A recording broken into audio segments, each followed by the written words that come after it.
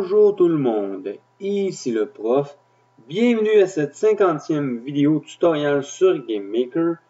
Et aujourd'hui, nous allons faire une petite vidéo tutoriel sur la fonction de sélection de joueurs. Et oui, ceux qui avaient déjà téléchargé auparavant un de mes jeux vidéo en .gmk, qui veut dire le jeu ouvert.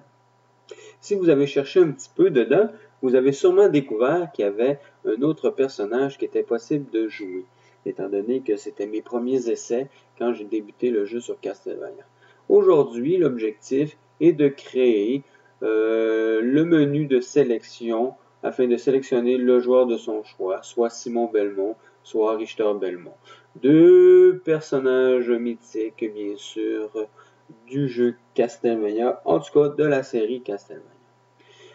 Chose importante à savoir, il y a des choses que vous allez voir, mais que vous ne devriez pas faire automatiquement, étant donné que mon idée de départ était de créer un objet unique qui permettait de faire la sélection des joueurs, mais par la suite, je me suis rendu compte assez rapidement qu'il fallait créer les deux objets. Cependant, on voit la création des deux objets assez tard dans la vidéo, mais au fur et à mesure que ça va arriver, je vais vous l'expliquer qui doit avoir telle fonction dans quel objet, parce que c'est très important. Comme vous pouvez voir en ce moment, nous avons les deux personnages possibles pour l'instant de jouer. Simon Belmont et Richter Belmont. Mais il y a un petit souci, c'est que la sélection de caméra, les views, ont été programmés pour Monsieur Simon Belmont. Ça fait que ça, c'est un petit truc à corriger par la suite, de trouver le moyen qu'on puisse avoir soit l'une des vues ou l'autre des vues. Ce qui veut dire la vue qui va suivre Simon Belmont ou la vue qui va suivre Richter Belmont. Parce qu'en créant un nouveau personnage, ben, on doit carrément créer toutes les fonctions de vue, de vie et tout qui l'englobent. Parce que la plupart des fonctions qu'on a créées, des éléments de barre d'énergie, de l'arme secondaire qu'il possède, du nombre de cœurs qu'il y a, du nombre de vies, ben, sont toutes attitrées à Simon Belmont et non à Richter Belmont. C'est que ça va être à vous de regarder les anciennes vidéos afin d'être capable d'appliquer ces mêmes petites fonctions sur Richter Belmont si vous désirez de faire un second personnage. Ici, j'ai trouvé bien sûr un sprite le tableau de password dans Dracula X au Super Nintendo. C'est lui que je vais utiliser pour sélectionner les joueurs. Comme j'ai dit, hein, mon jeu s'appelle Castlevania Remix, comme vous voulez. C'est bien sûr le mix entre différents jeux et différents éléments, mais en restant toujours dans les Castlevania. Sauf que je vais chercher les images, les éléments que j'ai besoin pour mixer tout ça. Bon. L'objectif, c'est bien sûr d'avoir une sorte d'endroit où je vais pouvoir mettre mes personnages. Comme vous avez pu voir, il y a quand même 9 endroits qu'on peut mettre un personnage. Fait que on pourrait à la limite faire jusqu'à 9 personnages différents. C'est pas impossible, je veux dire, quelqu'un qui veut vraiment faire différents personnages pour légèrement modifier la gravité, la vitesse de marche, la longueur du saut et tout ça, les différentes attaques, c'est possible. On avait dans le jeu, si je me trompe pas, je me trompe pas parce que je sais, là, je l'ai, c'est Castlevania Blood quelque chose à la Genesis. Je sais plus, je l'ai juste à côté, là, mais ça me tente pas de me déplacer. On pouvait sélectionner entre deux personnages. Un qui s'appelait Maurice, c'est sûr, là, je me souviens plus de son nom. Mais la différence entre les deux, c'est qu'on pouvait mettre on pouvait choisir soit le fouet ou soit une espèce de lance, mais que ça va pas vraiment. On pouvait pas la lancer comme une lance, là, mais Ça nous permettait de sauter assez en hauteur, ce qui était quand même assez bien aussi.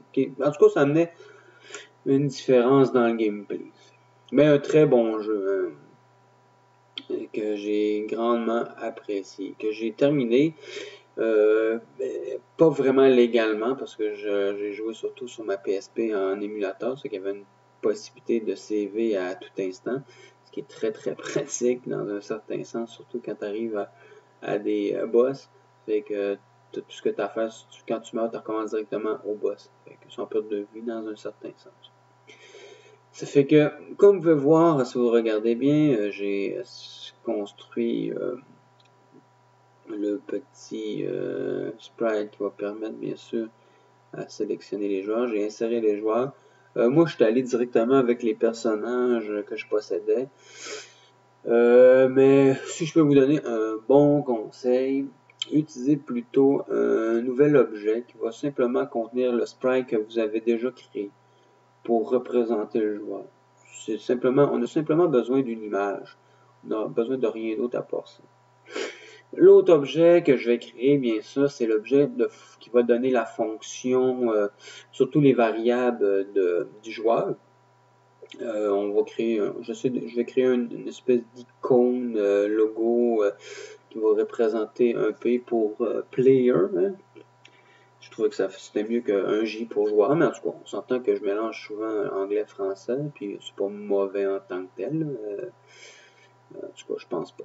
Ça fait que c'est un petit logo, un petit icône que je vais me servir surtout pour qu'il contienne la variable de joueur, parce qu'il faut créer une variable, parce qu'à chaque fois qu'on va sélectionner un joueur ou l'autre, ça va faire que la variable va être différente.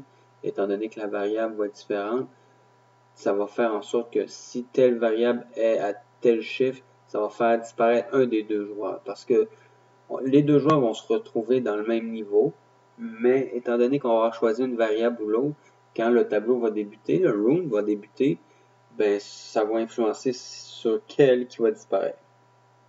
Ici, vous voyez, on crée la variable joueur, on la laisse à 0, ça, il n'y a pas de problème, ça débute à 0. Ce que ça va faire, c'est que ça va partir la variable. Ce qui est important, c'est qu'il faut que ça soit invisible et il faut que ça soit persistant, parce que la variable doit toujours être permanente dans le jeu si on veut que, au fur et à mesure que ça va avancer, que de tableau à tableau, qu'on puisse faire disparaître le joueur qu'on n'a pas besoin, le personnage qu'on ne veut pas utiliser. Pour l'instant, je le mets là. Durant l'explication, durant la vidéo, je vais changer de sprite dans mes explications. Faites pas ça. Changez pas de sprite initialement. Regardez ce sprite-là, il est très très bon. Quand même, on le voit pas. On le voit pas quand on joue. Ce qui est important de voir, c'est surtout quand on l'utilise en ce moment comme ça. Là, quand on est dans la room en train de faire les modifications. Ça, c'est très très important. Pour le reste, ben, vous n'avez pas besoin de modifier quoi que ce soit. Autre chose, ben, comme vous pouvez voir, j'ai mis, étant donné que j'ai pris mes vrais personnages, il a fallu que je mette des murs pour les bloquer dedans. Mais si vous aviez simplement utilisé un objet, créé un nouvel objet puis pris simplement un sprite, ben, vous n'auriez pas eu besoin de faire les murs. C'est un choix, mais personnellement, je préférerais que vous utilisiez simplement, créer un nouveau sprite, pas un nouveau sprite, mais un nouvel objet qui va utiliser le même sprite. Vous allez voir pourquoi, parce que tantôt, je vais sûrement bouger un peu avec mes personnages. Ça fait un peu bizarre, puis j'ai même réussi à sortir avec Simon Belmont de cette boîte-là. C'est quand même spécial. Ici, qu'est-ce que je fais? Ben, c'est la boîte de sélection. C'est une sorte de lumière que je veux créer. En tout cas, un objet qui fait que sa couleur va passer d'une couleur à l'autre en dégradé. On va passer du jaune. Et il faut bien sûr aller dans l'animation. Et je vais prendre jaune et je vais mettre 20 images qui donnent quand même correct. Et vous voyez qu'est-ce que ça fait? Vous voyez qu'il y a un dégradé de couleur qui passe du orange-rouge à jaune. Et ça va nous donner vraiment l'impression que le joueur qu'on a sélectionné, ben, c'est lui qui est en train justement, dans l'arrière-plan, en train de flasher de cette couleur-ci. Fait que ça, je peux l'appliquer. J'ai créé le sprite. Il reste à créer l'objet pour le mettre à l'intérieur. Ça, c'est facile à faire, vous le faites. Là, vous voyez, je l'ai déjà ici, dans ma barre à gauche. Je l'applique au centre. C'est au centre que je le veux en partant. Ça, c'est très important. Ben, vous pouvez le mettre où ce que vous voulez, là, au départ. OK? Mais moi, ce que je veux surtout, là, en ce moment, il y a la première erreur. La première erreur, c'est que ça doit être un autre objet. Ce carré rouge-là. Mon objet de player, c'est un objet à part qui crée la variable et cet objet-là est un autre objet. C'est ça que j'ai fait au début. J'ai fait tout de suite cette erreur-là. J'ai tout fusionné ça ensemble parce que j'ai un objet, moi, qui doit rester en permanence dans le jeu. C'est pour ça que j'ai mis persistance. Et j'ai un autre objet qui doit, lui, disparaître, qui doit simplement rester dans la room de la sélection du joueur, qui est un petit rectangle rouge-là qui flash. Et après ça, il doit disparaître. On ne doit pas le retrouver. Il ne doit pas être persistant. Ça fait que lui, cet objet-là, bien sûr, il est visible. Vous le laissez visible. Mais le persistant, vous l'enlevez. Absolument. OK? Vous avez l'objet player et vous avez cet objet-là de sélection. C'est deux objets à part. Il ne faut pas faire mon erreur des combiner ensemble. Qu'est-ce qu'il faut faire par la suite? Ben, c'est appuyer soit sur la gauche ou soit sur la droite. Et c'est à vous de sélectionner à quel endroit qu'il doit aller. Parce qu'on a un choix, vous voyez, jump to the position. Ça veut qu'on lui donne exactement l'endroit où ce que celui-ci doit aller. Ça fait qu'on va, en appuyant sur le bouton, ça vous permet bien sûr de sélectionner. Il va aller directement.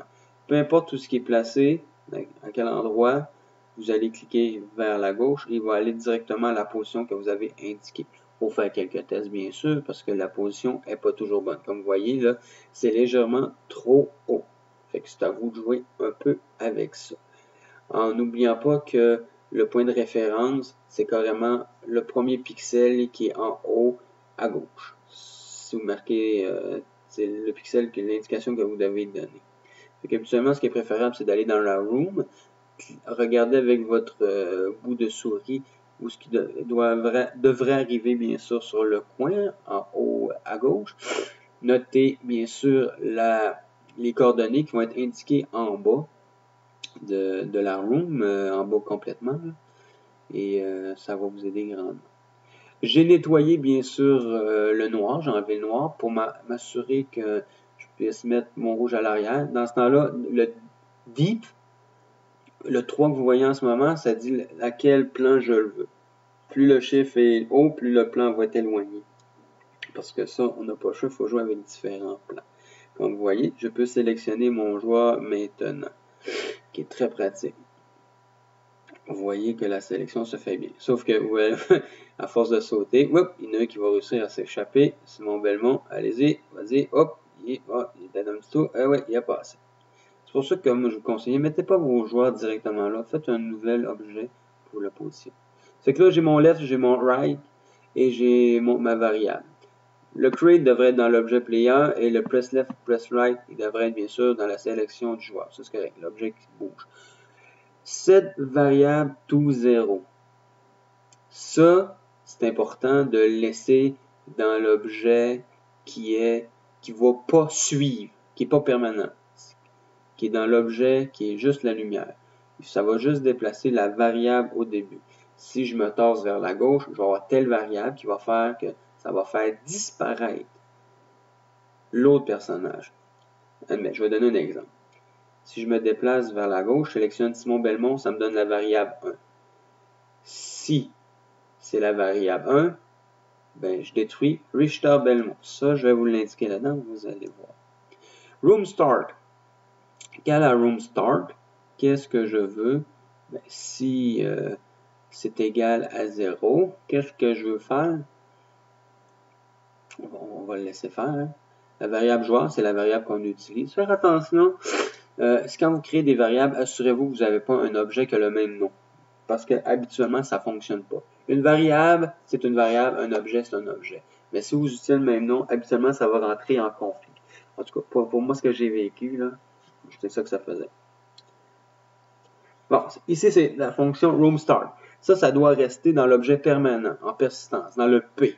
OK? Pas dans la lumière qui flash, mais roomStart, ça doit rester dans le P. Si le joueur égale 1, on détruit l'autre personnage qui n'est pas lui qu'on veut. OK? Et on fait la même chose pour l'autre personnage. Vous devez créer deux styles de variables. La variable 1, la variable 2. 1 qui représente, bien sûr, le choix de Simon Belmont, le 2 qui représente Richter Belmont. Et vous devez donner l'information que si c'est 1, on détruit Richter, et si c'est 2, on détruit Simon. Faire attention, il ne faudrait pas choisir Simon Belmont, puis se rendre compte qu'à la fin, quand on est rendu dans l'autre tableau, ben on est rendu avec Richter. Vous voyez là, le petit rectangle en haut, c'est pour ça qu'il faut le mettre dans un autre objet. C'est très très important. Très important. Vous avez tout ce qu'il faut pour être capable de jouer maintenant à faire une sélection de joueurs. Il y a toujours possibilité d'ajouter du son. Ça peut être très pratique. Ici, je vais doubler là, pour ma variable, mais tout ce qui reste à faire, je vous dirais, c'est d'ajouter peut-être un peu de son. Puis la base est là. Vous avez tout ce qu'il faut. Ah oui, dernier élément. Oh, j'allais l'oublier lui. Press Enter. Ça, c'est super important parce que pour aller à la room suivante, il faut appuyer sur Enter. Quand vous avez sélectionné votre personnage, il faut appuyer sur Enter pour aller à l'autre room. Mais ce qu'il faut faire, c'est indiquer si la variable est à 0. Okay, on n'a pas encore rien sélectionné, ben on ne peut pas y aller. C'est pour ça qu'il faut cliquer le Not. Il va simplement se déplacer à l'autre room si c'est pas une variable de 0. C'est tout. Fait que vous avez toute l'information que vous avez besoin pour faire votre sélection de joueurs. J'espère que vous avez apprécié. Moi, je vous dis bonne continuation. N'oubliez pas, vous pouvez vous abonner. J'ai mon site aussi toujours disponible avec toutes mes vidéos www.secondaire.com. Vous avez mon courriel si vous avez plus de questions. Et je vous dis à la prochaine vidéo.